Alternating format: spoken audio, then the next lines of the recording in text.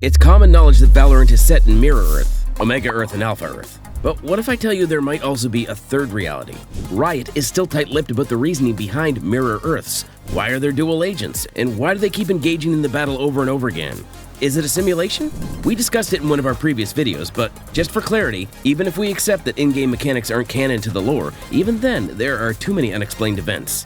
For example, where are the Radivores from? And why does ISO have an ultimate that is inaccessible to others?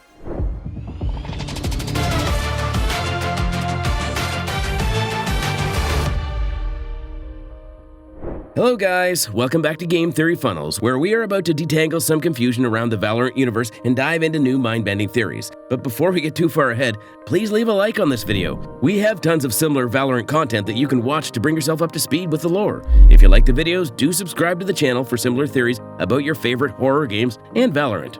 Valorant Episode 7 has added so much to the lore that I have almost taken a break from the battle between Omega and Alpha Earth and have convinced myself that there is indeed a third reality that is instrumental to the lore unfolding. And I have some theories to back my claim.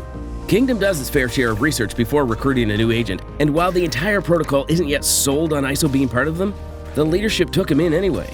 But they are not stupid enough to let ISO in without understanding his abilities thoroughly and why he can do insane stuff that no one else can. In an effort to understand ISO and the source of his unique powers, Sage has exposed us to a wild universe of possibilities, quite literally. ISO's ability to pull enemies to a different field left a giant question mark in our heads, like, where does he go? Why can't other agents see him?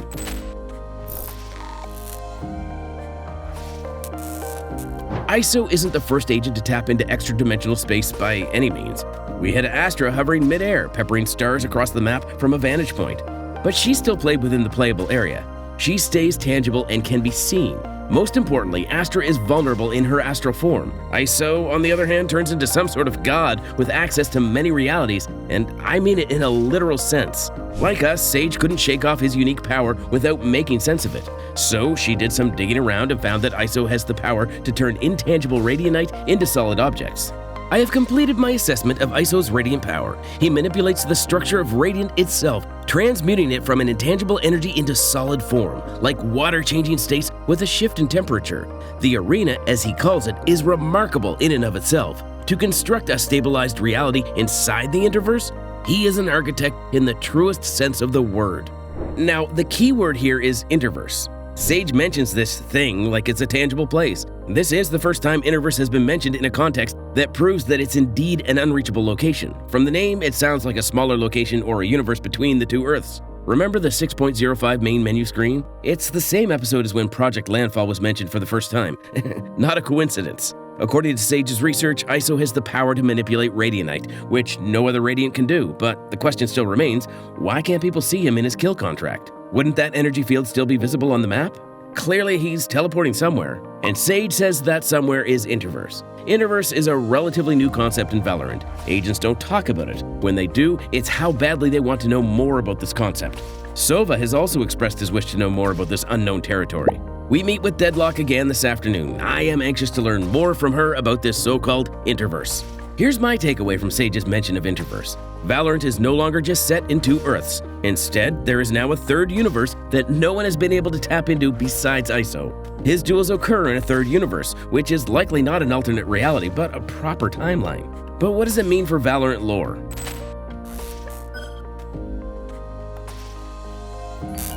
This third universe could mean big things for the unfolding lore. It's not a coincidence that the Landfall project wasn't spoken of before Episode 6.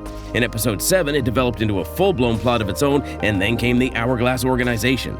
Now, Sage has confirmed there's something called Interverse, a universe between Alpha and Omega. Before Episode 6, the Valorant lore and plot were all about the dual Earths. The timing makes you think that Project Landfall, Interverse, and the Hourglass Organization are somehow connected. Here's what I think. If there's a third universe called Interverse, then there has to be a government, a leading body, or an organization similar to Alpha and Omega. We know that ISO is the only agent that can manipulate radianite, and that he previously worked for Hourglass. Despite being so powerful, ISO was just a young fixer at Hourglass. He confirms it himself. Brimstone, Cypher asked me about the organization again. He's a persistent man, but I've told him everything I know. The organization doesn't bring young fixers like me into the inner workings of their business. There's nothing more to discuss. Perhaps you could say something to him. Thank you. So, if Hourglass doesn't think ISO is valuable enough to hold a powerful position despite his extremely unique Radianite abilities, it must mean ISO is the only one with those powers. This confirms that whoever this Hourglass organization is, it has enough Radianite and Radiance to treat the substance like a bag of fruits. This means that the organization ISO worked in has a closer hold or control over Radianite. And since Interverse is basically where ISO takes his Radianite field, it's possible that the Hourglass organization is in charge of the Radianite business in the Interverse. But why did they attack the landfall personnel?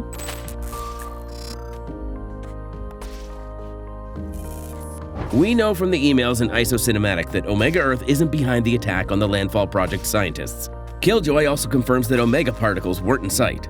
So why did Hourglass send their best shooter to eliminate the project clearly rooted in Radianite and experiments on Radiovore? It may sound wild, but the Radianite source is still unclear in Valorant. Some say it fell down from the sky on one random day, others say it has existed since ancient times, but it's possible that this said Interverse is the original source of Radianite and is created with the technological catalyst in its raw form. Maybe some unknown event caused a small chunk of it to hit Earth, which eventually led to the birth of Radianites as we know them. On Interverse, all inhabitants are naturally immune to matter and weapons in general and can pull off insane tricks, like dragging enemies into a Radianite field or Gecko's tiny friends not even feeling the bullets in the game. So far, we know that Project Landfall wants the Radiovore for whatever mystery project they are working on, but Hourglass Organization isn't allowing it. From the emails, we know that Valorant Protocol isn't pleased about it either, but it's Hourglass that takes proper action to put an end to the project or set them 10 steps behind. Their efforts to cease the project confirm our suspicions that they somehow have an affinity with Radianite and how it's been used on Earth. Maybe they can't reverse the past, so they are trying to control its use. For this reason, they send their top shooter to annihilate the scientists behind Project Landfall.